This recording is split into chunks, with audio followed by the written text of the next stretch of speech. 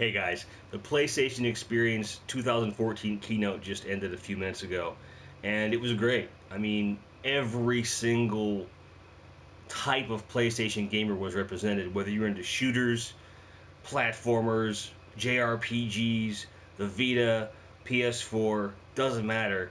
You were represented pretty well. And PS3 got a lot of love too. And Vita, dare I say, got more love than the PS3, which is it's about damn time. There was like 10 titles that were announced, some of which make no sense. I was like, how can you even do that? Like Resident Evil Revelations 2. Like, it's a shooter. It's a really intense one. I've seen played on PC, the original. It's going for PS4 and Vita simultaneously, not remote play, like an actual copy of the game, which I think is really smart. Um, I hope that with all the games they announced for Vita, for example, most of which were going to be out for PS4 as well, that there's going to be some kind of cross-buy initiative. I'm not saying for $60 I should get both versions, but if the Vita version is 40 and the PS4 version is 60, let me pay 80 and get both. Hard copies, not digital. I don't think that's such a bad thing. I mean, I would pay good money. Or make a case for the PS4 where the card is inside the PS4 case. Absolutely. I would love that. And I don't know why that's not being explored, because you'd make more money. A lot more. Or make the cards larger and cheaper. And then I would have no problem doing digital stuff at all. Because right now I'm kind of up against the wall with what I've got for card size, and I don't like it.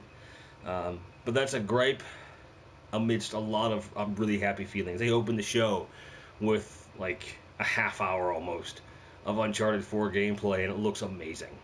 Like, Uncharted always looks great on its respective platform, but this is really setting the bar a lot higher, and it really gives me great hope. I mean, we're a year into this console life, and you can tell they're just getting started.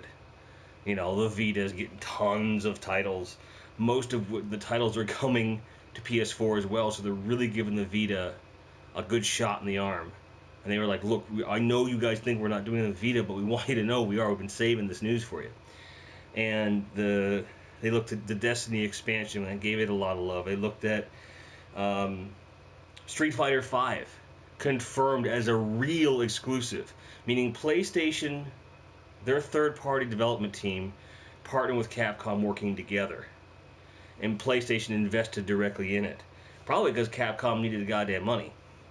And here's, at first, the video gamer in me really starts to reel, because it's like, all the Microsoft Xbox guys are they're not going to play it unless they own a PC.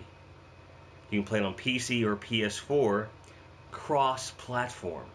That is crazy, right? And maybe this is the first step in a direction I've wanted to see for a while, which is everyone kind of unified. And I get a lot of flack for that from my friends who are like, fuck you, I want to play Nintendo, I want to play Microsoft, I want to play Sony. We should be able to play all games everywhere on some level, and things are kind of moving in that direction. This is the first actual step I see that in, so I'm really happy about that. Ultra Street Fighter 4, which includes everything, top bottom, PS4, so it's a next-gen exclusive to PS4, and you get Street Fighter 5, meaning Ultra Street Fighter 4, we're going to get right away. Street Fighter 5, I don't think they have an announcement as to when it's coming. So the idea being that if you're a esports player and you play Street Fighter, you will be playing either on PlayStation 4 or on PC. Whether or not you play on PS4 or PC, odds are you'll be using a PS4 controller unless you have an arcade stick. Which, that also tells me that there's going to be an arcade stick coming out for the PS4 that's designed for that kind of use.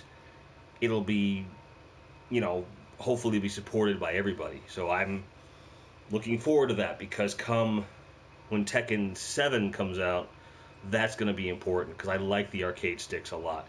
As good as I've gotten with the pads, the sticks are better. See, and I know I'm going off on a tangent here, but a keynote like this inspires this kind of, like, it really makes me proud to be here. I'm 37 years old this year. I'll be 38 next year. So I'm up there compared to most of you, I'm sure. Uh, and it's never been more exciting to be a gamer. It just hasn't.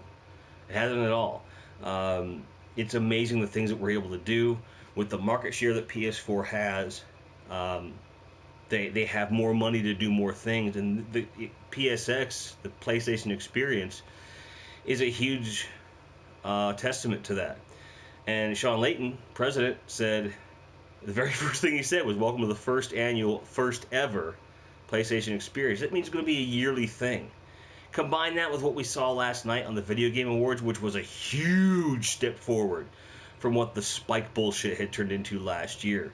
You know, Jeff Kiteley, really sees what you're supposed to do with an award show and made it legit. And I hope that next year he gets that much more support because he did a great job, and it really showed a lot of support for games.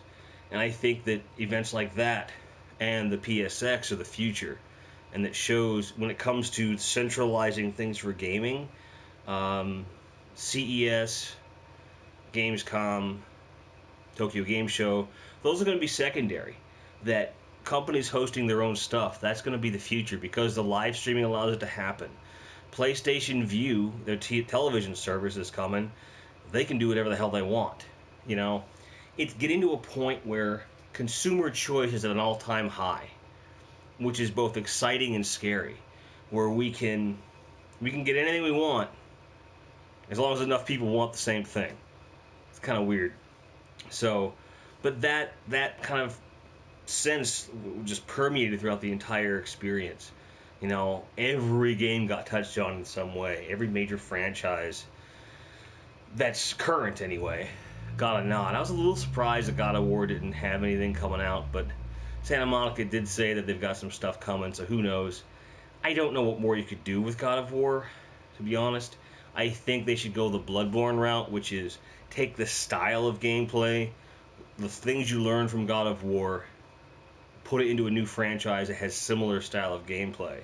You know, there have been God of War clones since God of War 2, pretty much. And why not have Santa Monica do the ultimate God of War clone? Just saying. Also, The Order. For the first time since it was revealed, I actually looked like it might be fun to play, to me. The cinematic experience that I've been griping about, seeing it in-game, it makes sense now. I don't think that the letter box is necessary at all, but it looks good. It looks like a great, fun game. But like I said on my Facebook and Twitter, the concept of these Victorian-era Ghostbusters doesn't impress me. It just doesn't. I wish it did. It doesn't. But there's a ton of games coming out. So many, in fact, I just can't keep track of them. So there's a live stream on twitch.tv/PlayStation all weekend long. They're doing interviews and reveals and trailers and all kinds of stuff. And No Man's Sky is getting a big push tonight, which still it's like you just fly to a planet, you walk around. What do you do? Like I see in the upper corner there's like what looks like ammo or oxygen or something. But no one, what the fuck do you do? Like, that's pretty. And it procedure generated. I'm really impressed. I am. But what do I do? I don't know. So, but they got me. They gave me an emotional response to all this stuff. And so many games that had been PC-only games or mobile-only games that are very good are coming to PlayStation in droves. There's going to be a list somewhere. If I find it, I'll link it in the description.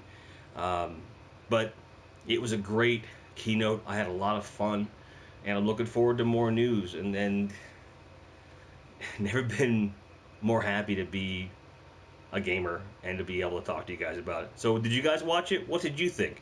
Tell me below. Thanks for watching. Thanks for subscribing. And as always, keep on grinding on the PlayStation platform, apparently, because that's where it's at. Cheers.